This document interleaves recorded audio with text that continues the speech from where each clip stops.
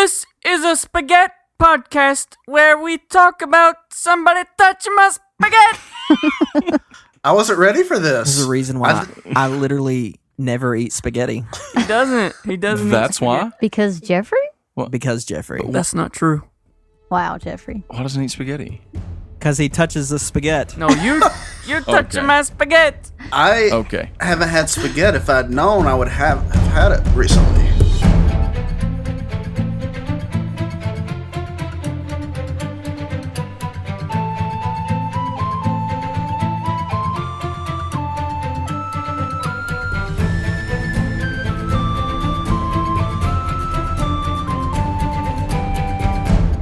Hello, everyone, and welcome to Make Believe Heroes, an actual play 5th edition Dungeons and Dragons spaghetti. What? I am your dungeon master. You got me. My name is Paul, and I'm joined tonight by 4 friends of mine. Hey guys, this is Jeremy, and I play Sut-Saurus. I'm Judge Judy. No, you're not. I'm Jeffrey, and I play Sir Vance Off the Wall. And I'm Judge Joe Brown. That was one of the judges, right, on TV? You can be Judge Mathis. My name is Alan, and I play Char. I'm Felicia, and I play Miss. Thank you for tuning in, for sticking with us through the whole spaghetti business. We appreciate it. We really do. It's not over. It's never over.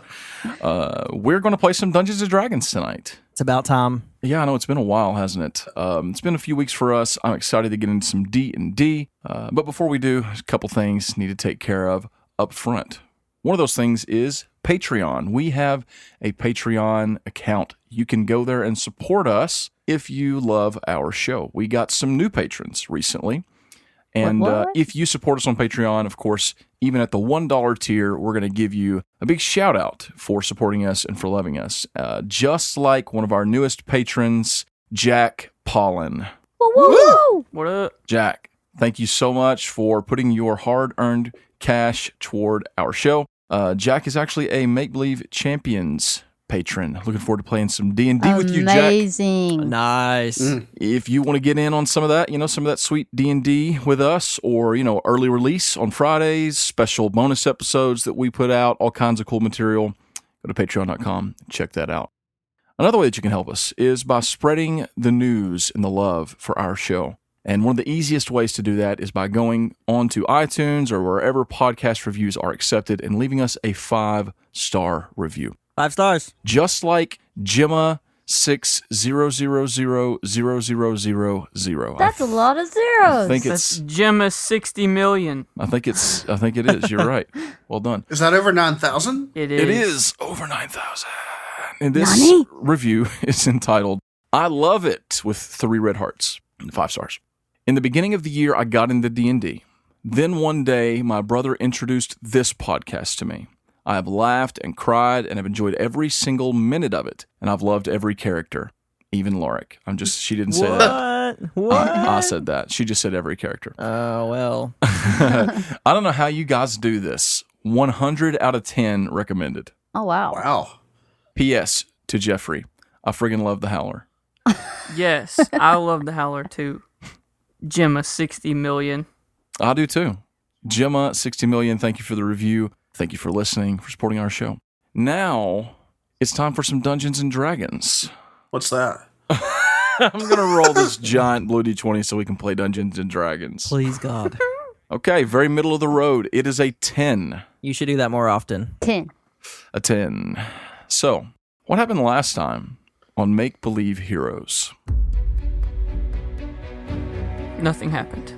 Absolutely nothing. Actually, that's not true. Some stuff did happen. Last time you were all facing against this undead or dead version of Dufonray, the king of the Melting Circle. He had been possessed by the power, the mind of this forsaken beast, this headless dragon, had taken over his mind and began to speak to all of those there in the room at the bottom of the Blade of Stone. It spoke to Vance, claiming that it was once a part of the shapeless Dimvarga.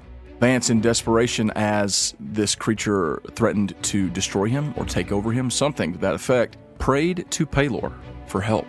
And out of that desperate prayer came an answer from his god. Pelor blessed Vance with a sanctuary spell, which reacted to the evil darkness coming off of this creature, and then boom, everyone in the room was released from the hold that they were under, and they all attacked at once, and you guys did 139 damage to this guy in one fell swoop. Amazing. That's a lot of damage. There were 3 nat 20s on the table. It was incredible. You guys cut him down easy. The darkness was dispelled. But the danger still lurks, just out of view. The party gathered themselves, found somewhere deeper within the Blade of Stone to get a little bit of rest while Char practiced with Rowan to wield his elemental power to open a portal taking them to the Quaking Circle. Everyone gathered their wits, got some rest, and prepared for the journey lying ahead. The episode ended as Char opened a portal and you all stepped through. Char. Mm-hmm. What happened?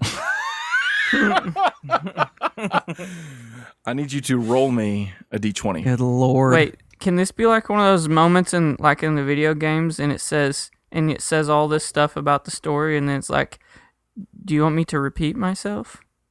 But I'm not going to do that, though. Do it, Paul. I'm not going to do that. I would say that the D20, if I had to guess which face was upward, it would be a 14. A 14.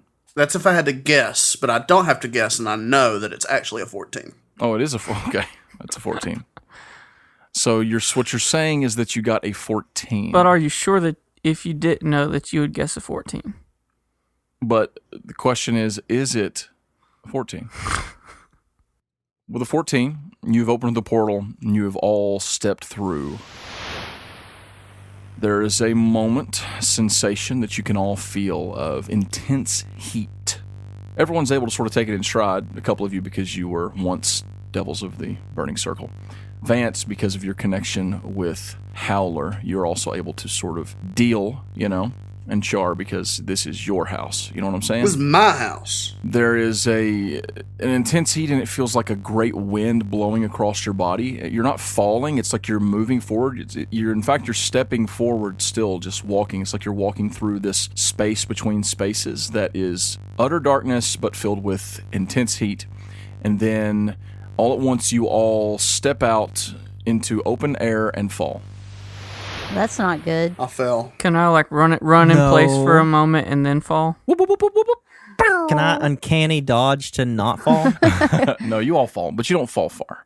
The ground is quickly rushing up towards you, but you're only about 10 feet up. And when you land, you slide down across this loose dirt. You're all sort of still getting your bearings. You're adjusting to the light out here, and you're sliding down some sort of large hill, and the terrain beneath you is like shifting and moving underneath your feet as you're rolling and sliding. And as you sort of gather your bearings, you realize that this is sand. Quicksand. Oh, nice. Quicksand, and you're all dead. No, it's just sand. Did it melt? It didn't. Is it turning to glass? Can I do a dexterity check to surf down it? Yeah, go ahead and give me a dex check. Surf it, bro. You can even call it acrobatics.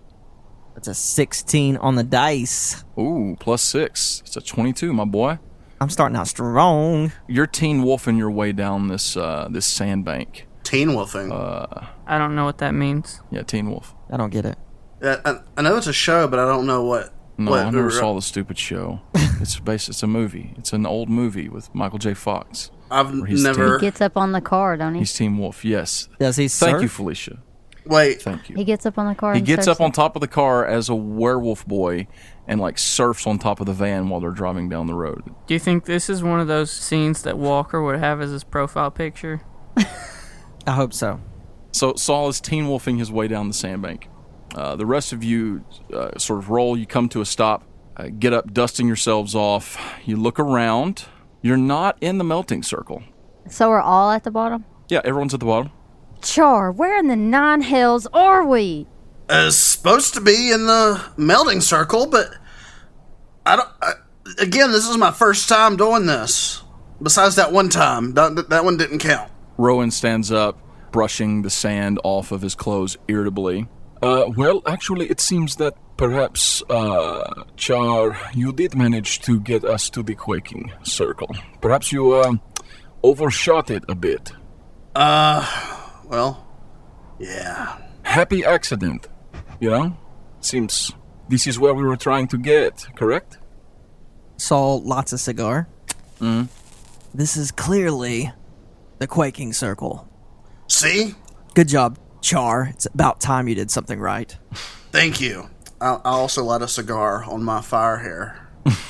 But then I just eat it. Of course, it starts burning and just completely Smoke's burning the whole coming out of your thing. ears. Yes. So this is the Quaking Circle. Yes, you're correct, but I've never seen this part of it. Isn't it usually more solid? Are we in a place that Saul's been? Is this like the line? No, so roll me a perception check. That's only a 6 on the dice, and I don't think Saul's perception is very good. No, I don't think it is either. This does not seem familiar to you. Your time in the Quaking Circle was spent in areas sort of like what the Howler just described, like cracked earth, dry, hardened earth, sort of the battling line from your war days. This must be much deeper into the Quaking Circle, farther from the Forsaken, from the center of the Nine Hills. Marie, any insights? I don't recognize this place. I could be wrong, but I believe this might be the dunes of the Quaking Circle. This is not a place where people often visit. It's quite inhospitable. There are terrible, terrible, deadly creatures that roam this area. From what I know, there are no entrances to the Quaking Circle from the dunes, at least not from the outside, and we are probably in great danger. But give me a moment and I'll see. And she takes flight, flying high up into the sky above you all to where she can see far in the distance. After a moment, she comes back down. Ah, yes, we are very, very, very far indeed from the entrance of the Quaking Circle. I expect it would take us a long time to reach. The only gate that I know is acceptable for visitors. Not that they would open it for us anyway. Probably we're going to die here, so that's good. And this is all grand. Well, that's very optimistic of you. He looks at Misk. Misk, do you have a boat? Just kidding. Rip, Wolfsbane. He turns to Misk and the rest of them. Mm-hmm. Well, anyone have any information before we pick a direction and struggle to our deaths? I think there's a lot of sand here. Thank you, Char. And if you heat up sand, you get glass. Char, I would like to reiterate, if I could, that I hate you. And if you have glass, you can see. Please, Chogginses, spare us your foolishness. I'm just trying to help. Thank you, Char. You might have sent us to our doom. Yeah. But we are much closer to our destination than we were. Is our destination doom? No, you fool, it's the Quaking Circle. You know what? I'm with Marie. I also hate you.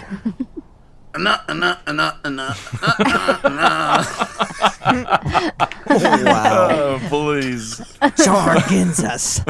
Perhaps you should focus on making another portal. Can I do that? I'm afraid that Chogginsis has probably spent too much of his power to do something like that for now. He will need at least a long rest, possibly more than a few days before he would be able to open a portal of such magnitude once again. Well, if no one has any information, then let's just start walking. So y'all look around. Once again, I'll, just to kind of give you a description. The sand that you're walking on, it's like a deep, dark brown and black mixture, rather than like the sort of light tan you'd be accustomed to, or reddish My sand. favorite color is light tan. I knew you were going to say that the moment I said light tan. What's Yep. that from? I knew someone was going to quote Nacho Libre. My favorite animal is poopies. I don't know what this This is. is Nacho Libre. I've never seen it. Dude, you need to watch Nacho Libre. I like hiking and volleyball. So that's what you see. You guys, like I said, have sort of slid to the bottom of a large sand dune, and you're kind of in a little crest, or not a crest, but like a little valley between these rolling hills of sand. And Misk, do you just start sort of walking?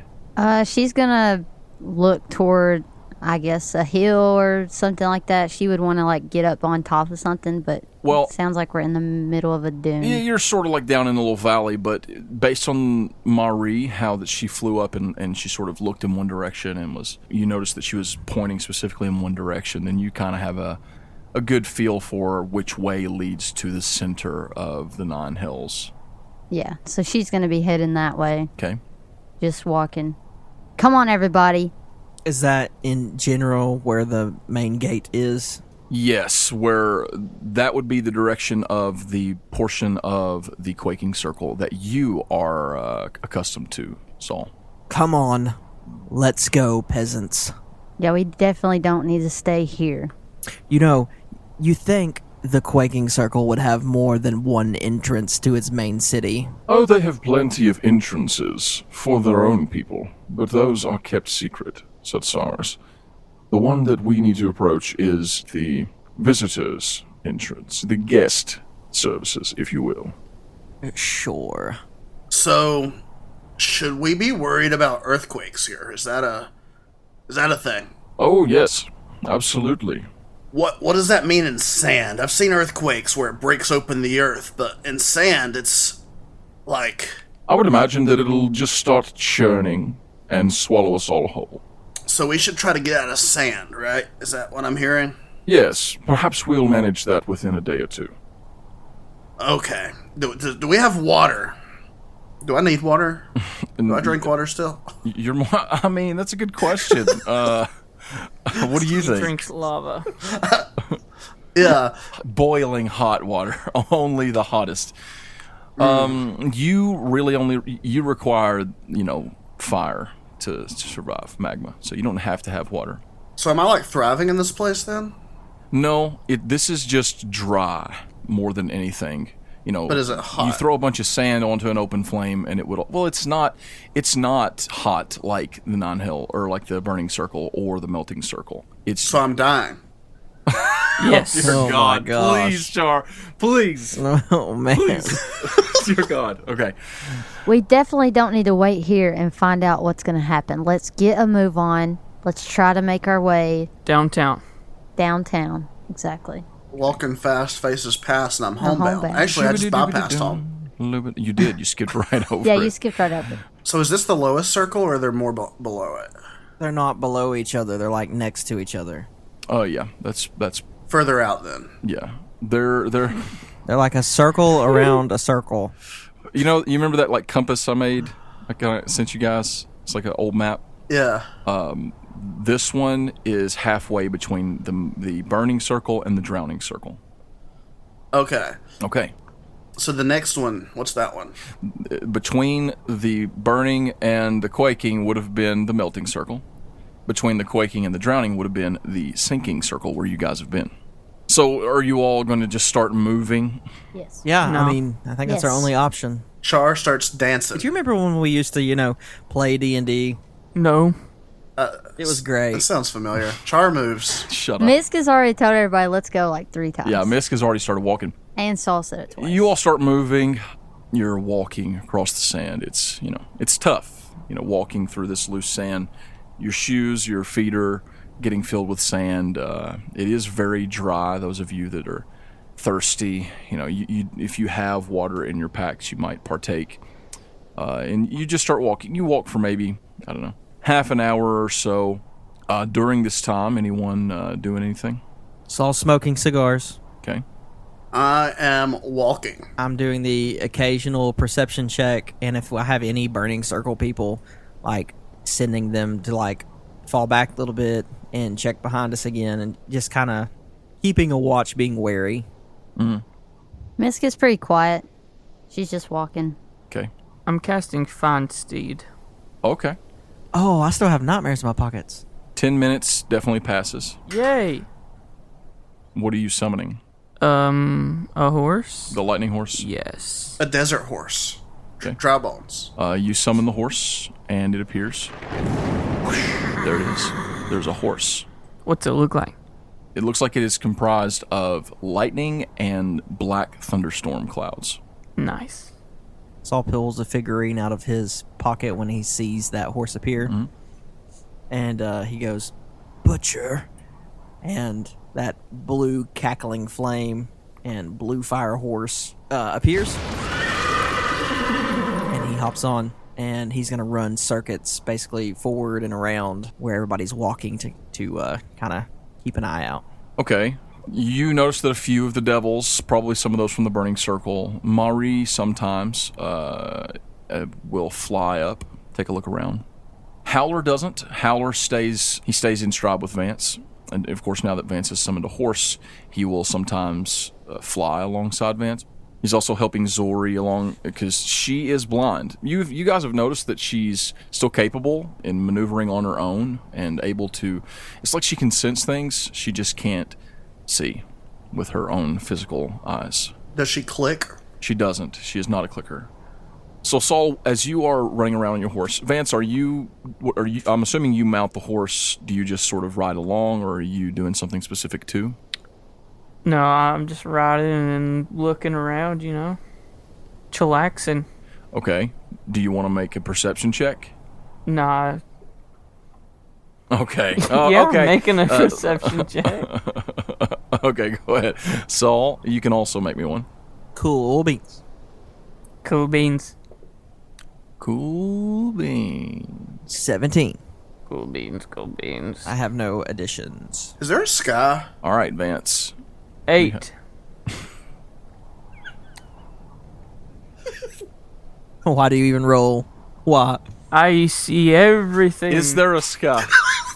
Like, I've just imagined that we were like in the Underdark all this time. Oh, wow. Whenever It's kind of. I mean, it's kind of like that. There's no wall above. Like, there's no ceiling. You know what I'm saying? Yeah. But it is dark. Like, there's no sun. okay, because when we were desert, I was imagining like a beating sun. And then I was like, wait a minute, we're still in the hills. This is the hills. There's no sun. Okay. So Vance, you don't notice anything of import. Saul, you're sort of giving orders to some of the other devils to fly up and look, and you take your nightmare, you mount it, and begin riding forward, looking for something. You don't see anything. You kind of do a circle. You guys have been traveling for a bit now. As you are riding forward, you stop, and you're going to turn back. And as you do, there's not really been any wind moving through here. It's very still air. But it's like you've noticed it because it's just sort of stale and dry. In this moment, it's like you feel the slightest tingle of air moving on the back of your neck, and you also hear just far off in the distance a sound that makes the hairs on the back of your neck stand. It sounds like some sort of a shriek. Saul rides back quickly to the group and hails them and waves down the ones that are flying. We are not alone. I heard a shriek on the distance. Circle up. I told you there are all sort of wicked creatures here.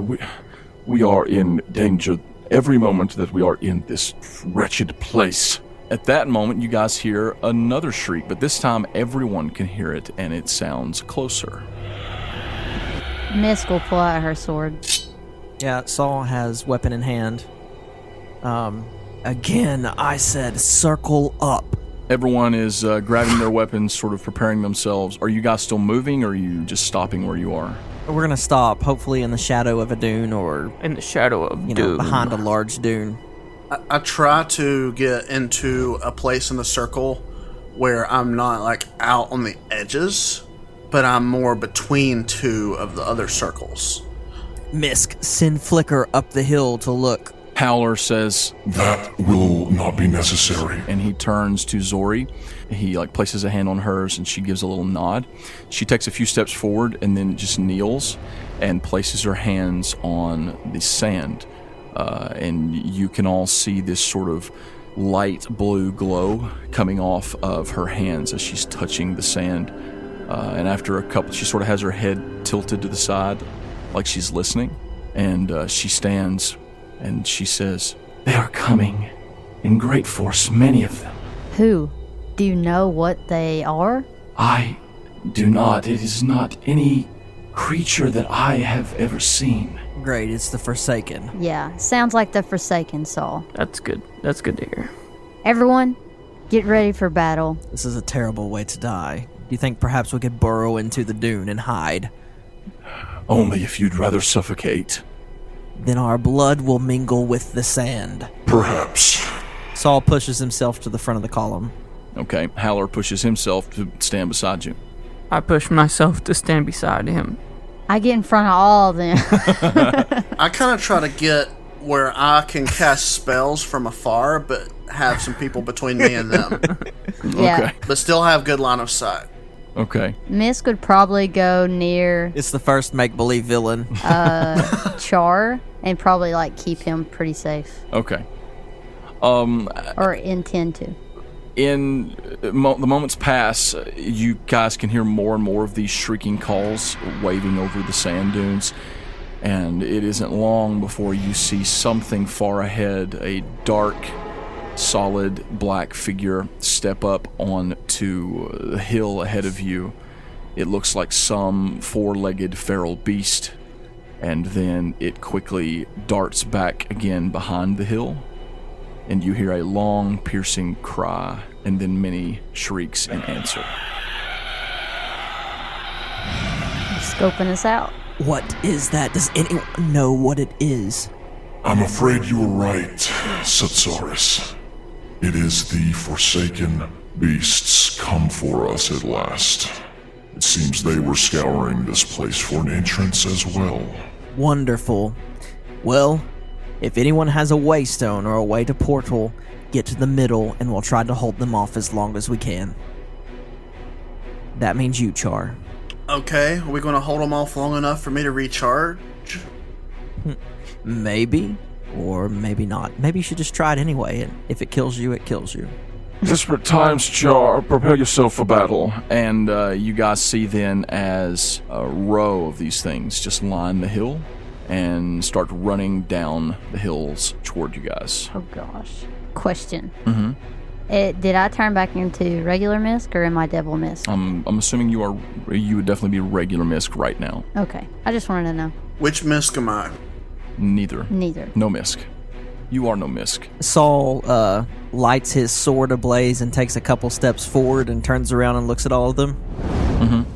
And he smiles, grins just ear to ear. Today we fight. Today we die. He turns back around and he's talking to himself more than he is the crowd. He says, "For Pelor Manumi, for the hells," and charges headlong towards the rushing beast. Okay. As Saul charges, do any of the rest of you also charge? Yeah, I charge. Misk would hear that and run. Yeah, Howler charges. You guys are running forward. There's probably only about 4, maybe 5 of these things running down the hill towards you. But as you guys are running forward, you see just a small army of them crest the hill. Too many to count in quick passing. And they are sort of fanning out, running to your sides, seemingly to come around and surround all of you. Those that are in the front, though, are making a beeline right for you, Saul, in the head, followed shortly behind by Misk, Vance, Howler, Marie, and Rowan. I'm assuming Char's hanging back. He's hanging back. Yeah, he's more of a get back and shoot guy. Also, he's probably thinking about, can I port out of here? I mean, with everyone, of course. With everyone. With everyone, but Char doesn't feel confident in his abilities to port. He's afraid that if he tries that, he will end up not being useful in the battle. And also maybe dead. He's also worrying about maybe being dead. That's a concern that Char genuinely has. Yeah. As these things are rushing forward, you guys are just kind of running to meet somewhere in the middle. Every one of you, including those running, those hanging back, notice a change. This change comes in the form of the ground beneath your feet moving. Nice. Great. It is churning. It's a sandworm. The sand is stirring. You feel, it feels like all foundation beneath your feet is gone and you are just being tossed about. And everyone sort of stumbles to a stop, trips, falls. And in that moment, all around you, just all at once, come bursting up out of the sand these enormous worms. Oh no. Oh my It is gosh. sandworms. They are, I mean, they're gigantic. They are just the size of buildings, just enormous. Some of the biggest creatures that many of you have ever seen. Saul and Misk, you would be somewhat reminded of your battle with Hope and Kel, just in terms of the sheer size of these things. They are black, deep brown, and red, just these disparate worms. These giant sandworms come crashing up out of the earth, the sand beneath your feet, carving through the terrain with ease, just swimming through it as if it was water. And they immediately set to devouring these darkness-infused Forsaken beasts. Really? Yeah. They come busting out of the ground all around you all and just start tearing into these beasts. The Forsaken beasts split. They start spreading out, sort of running from them, getting their bearings before they would engage with any of these worms. There are at least a dozen of these giant creatures just churning and basically swimming all around the sand. Those of you that are able to sort of get your bearings, Char, you being probably one of the farthest ones back, you notice that these worms seem different. They are actually covered in a sort of armor, at least in the front. The openings at behind the openings of their mouths, there are these large, what look like steel or black iron plates, and strapped to each one on their back is a saddle. And you can see devils riding these things. That's awesome. These are mounted. Char yells that out, and everyone looks around, gone from being terrified for their lives 1 second to being more terrified for their lives the next second, to suddenly realizing that these worms are being controlled, they're being ridden by devils. You can all now see figures who are clearly tenants of the Quaking Circle that are riding these war worms into battle. As this sort of insane scene unfolds and it becomes just a crazy battle, these beasts start jumping and latching on to the worms and tearing their flesh apart, as many as they can reach. You see one or two actually stumble and slip to the sand and fall, and just dozens of these Forsaken beasts jump on them like piranhas, just tearing away at them. Dang. But many of the worms they're wiping them out. Like, they've taken out a great deal of them in a short time. In that moment, all of you are sort of pushed together by the shifting sands. Mari is calling out, Gain your footings. It's the Quaking Circle. Perhaps they will spare us. I get my footing. She's right. Circle back up. Saul's coming back to shakily, trying to pull everyone back together. We just need to hit their tail, and then they'll shrink every time we do that. And eventually it'll just be a head, and then they die. Jeffrey, you're ruining my boss battle. Stop. That's okay. LOL, Zelda. As you all are gathering up, one of these great worms, a solid black one, turns, heading towards you. It lowers its head to the sand. Once it is lowered to where you can all see the rider, a devil on its back, decked in full armor, speaks out to you all. If you plan to survive the night, you should come with us. A couple more of the worms sort of circle around you all, creating a wall, and they motion for you all to climb aboard. Let's go. Let's go. You heard him. You all sit aboard, climbing onto these great worms. Yes. Yes. Saul got on and is closest to the devil that is in control.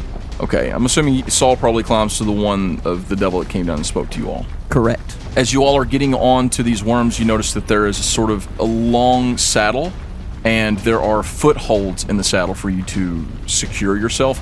And you also notice that they will literally latch over your feet. each of you that has climbed on to any of the different worms, the driver, if you will, the devil that is controlling the beast, turns and tells you all to strap your feet in and hold your breath. Is this like a roller coaster ride? We're about to go in the You all sand. feel these giant worms rear up and dive straight down into the sand. Nice. You are engulfed in darkness. You do notice that the worm, as it's cutting through the sand, it's sort of spiraling, almost like a drill. And the sand is just brushing past you all. It loosens it up enough that you can sift through it almost like water, but it is rough on the skin. It is complete darkness, and you cannot breathe, and it is very claustrophobic, and there's just a great pressure all around your body pressing you down. It lasts not an extremely long time, but long enough for your lungs to burn and for you all to sort of start freaking out a little bit on the inside. Just as you all feel as though maybe your lungs are going to burst, the worm breaks free from the sand and begins, again, sort of swimming down this great waterfall of sand, if you will. It's just a sandfall. I mean, it's really what it is. It's just a great outpouring of sand into an enormous open cavern. The worm spirals around the sandfall quickly but slowing until it comes safely to an enormous stone platform below, and the sand is seeping through cracks in this stone platform. Once it lands and everything comes to a stop, the devils of the Quaking Circle dismount, unlatching their feet. They climb down and begin walking forward toward a large opening in this cavern up ahead that leads up onto a raised platform. You all follow suit, I'm assuming? Yes, Saul speaks to the devil whom he was riding with and says, excellent timing, thank you. I was wondering when you would join the fray. Don't thank me just yet. The only reason I was able to come and save you and your friends is because of the appearance of these forsaken creatures. I'm afraid that the king may not be pleased to see you all. I recommend that you join me on the stage ahead and prepare to show as much humility as one such as yourself can muster. We're dead. Saul Saul Perfection. grins wickedly. Thank you anyway. I am Sutsaurus, Prince of the Burning Circle. I am aware of who you are, but I'm afraid that that won't help you here. Miss is going to be falling pretty close. I only told you who I was so I could hear your name, peasant. And he starts walking shoulder to shoulder with the guy. He puts a hand on your shoulder and stops you. And here's what you notice about this guy. He is large, broad-shouldered. He stands probably 2 feet taller than you. He has no wings. Saul, you would know that devils of the Quaking Circle do not have wings. He is wearing a large horned helm. He looks down at you with somewhat disdain, and he says, I assume that you have made yourself the leader of these people. If you or your friends would like to survive the night, I expect you adjust your tone. My name is Vic Con Hai. I'm trying to help you. And then he turns and walks forward. Miss is going to kind of walk in front of Saul and get near that guy, like walking behind him, and say, I'm pretty sure my brother meant yes, sir, and just kind of look at Saul and then walk away. Saul smiles as he walks past. Thank you, sir. What was his name? Vic. You may call me Vic. Thank you, Vic. Don't thank me just yet. And he continues forward until he steps up this large stone staircase leading onto a platform. At the end of this platform, there's a great stone wall with a large door in it. Vic steps forward, probably, 10, 15 feet from the door, and just takes a knee with his head bowed in respect. He just stays like that. Miss would follow suit. Saul follows suit. Victor, he is not the leader, just so you know. Vance, you may or may not look around and notice that Howler has sort of hung back, and also he has now re-donned his cloak and has it pulled up sort of over his head where you don't have a clear look at his face. Wow. Yeah. The same can be said for Zori as well, who is still holding him by the arm and staying back. Probably a good idea. About the time you all sort of step forward, and Vance, do you also take a bow? No, unless Howler does. You notice that he does. Everyone sort of walks up and starts to kneel, and Howler does the same. Okay, then I will. Okay. You all kneel. Shortly after kneeling, you begin to feel Jurassic Park style. Large footsteps reverberating through the room. They are loud and strong, and after a few moments, the door in front of you swings open with a crash, and out steps a very large and impressive figure. A very tall devil, wide as a house, broad-shouldered and square-jawed. He is decked out in heavy black and brown swirled armor, complementing his dark tan skin. He's wielding a ridiculously large maul, which he has slung over his shoulder. It's flattened on one end and sharpened like an axe on the other. On his head is a thick helm, his two horns sticking up through it, pointing outward and forward almost like a steer. He's wingless, like all devils of the Quaking Circle. Stepping forward, you see Vic lower his forehead to the stone, and he says, My king, I have brought the trespassers to you as requested. You all see the other devils that are there from the Quaking Circle that drove the other worms. They follow in like suit, putting their foreheads onto the stone. Saul does the same thing. Okay. Seeing you do that, this guy, obviously the king of the Quaking Circle, steps a little closer to you, and with a loud boom, he drops the head of his maul beside him onto the stone floor, inches from your head. You have trespassed upon the kingdom of earth and stone. I will give you one chance to explain yourselves, else I shall return you to the surface and leave you to your fates. Does Saul know his name? Well, let me think. Would Saul know his name? Go ahead and give me a history check. Not good. That's only a 6. Okay. And my history edition's a 2, so an 8. Would Misk know? Maybe. I mean, you can roll for it. He is specifically speaking to Saul because of Saul's sort of thing. But go ahead and roll, and let me know what you got, because you may get an opportunity to speak in. I got 17. Okay. King of the Quaking Circle, our intention was not to trespass. It was to come through the normal gate. We came fleeing the Forsaken from the Thundering Circle. Our target. All the way from the Thundering Circle. Our target was to teleport to the gate for guest. And our mage had an error. We seek only respect and aid. Perhaps we can assist one another. Perhaps you have not heard, Princeling. Yes, I know who you are, Sut-Saris of the Burning Circle. Oh gosh. Perhaps you have not heard that our gates are shut. The way is shut. You're right, it is. Great King, we have heard that it is shut. We have only... Really, it's the last straw before the Forsaken devour all of the hills. We know that you have held strong for millennia and hoped only to have a true audience to you and your kingdom. He stands there quietly for a moment. Misk, you recall the name of this king. His name is Terenjord. He is sort of contemplating. You can decide in this moment if you think speaking is for the better or holding your peace is for the better.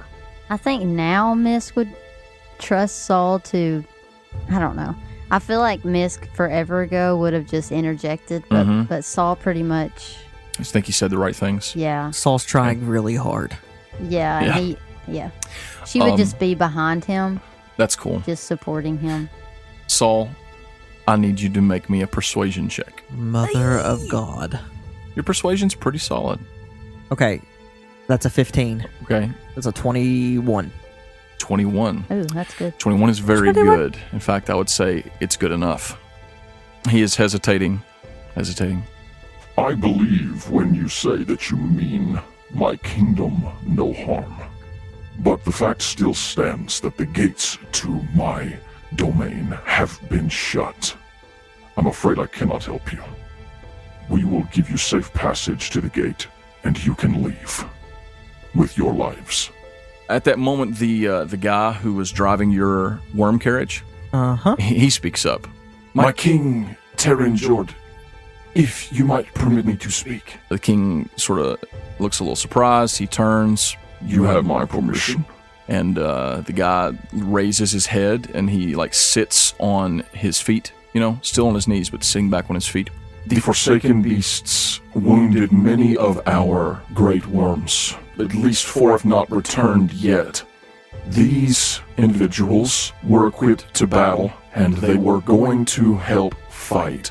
Perhaps with their skills, they could help. There's sort of a shared look between the two of them for a moment. And the king turns again to you all, and he says, What do you know of these Forsaken Beasts?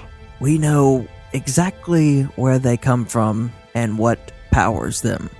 In fact, we know exactly how to stop them. Is that so? Yes, but we are lacking an army. So he laughs at that, a deep chuckle. So you have come for my army. Really, we've come to survive. Whether you can parcel your army is your call. The Forsaken come from the Forsaken Circle. They're powered by a god. The Chained God. The Hells have no dealings with the gods. We do now. I don't need to hear any more from you for now, Princeling. I have a simple question. Is there a healer amongst you all? Char raises his head. I can heal. Or I am a heal. I forget which. Saul also Both. says, yes, there are several. I myself can help, and so can the human. I will give you an opportunity to speak. To present your case, I will consider your request. But only if you can do something for me. What do you need, Your Majesty? This is like painting Saul to act like this. My queen was greatly wounded by one of these beasts. If you can help her, then I will hear your request. Take us to her. He picks his maul back up, slings it over his shoulder, turns, and walks through the stone doors. Vic stands, turning to sort of face you all. You must forgive our king. He is not himself. These are difficult times. And the queen, she is dying. We have exhausted all of our resources trying to heal her. What is she dying of? She was wounded, as he said, by one of these beasts that broke through our defenses, right into our kingdom. She was just in the wrong place at the wrong time, but the wound, it is festering, it is corrupted. Unless you possess a power that is unparalleled within the Nine Hells, I do not believe you have much hope. Oh, I've got the power. Saul Yeah. looks at Sir Vance and reaches within himself also. I think we can help. Is there any you say he reaches within himself, is there a manifestation of power or something? He's just kind of thinking about his radiant power and Okay. kind of letting that go ahead and grow in his mind a little bit. As you say those words, the symbol of Palor on your rapier burns with the light of the sun. Oh. And I think that is where we're going to end this episode. Cool. Wow. Thank you for listening to Make Believe Heroes. Thank you. Maybe these guys can get the king to help them. Or maybe not. The world may never know. This is making me nervous. I want this to happen. I will say this. A lot of stuff going to be riding on them dice. We need this to happen. That makes me more nervous. Pray for their dice. Pray for their Can dice. someone bless my dice? I mean, we could try. Hey, thank you for listening. We love you. We are Make Believe Heroes, and we're so thankful that you've listened to our show.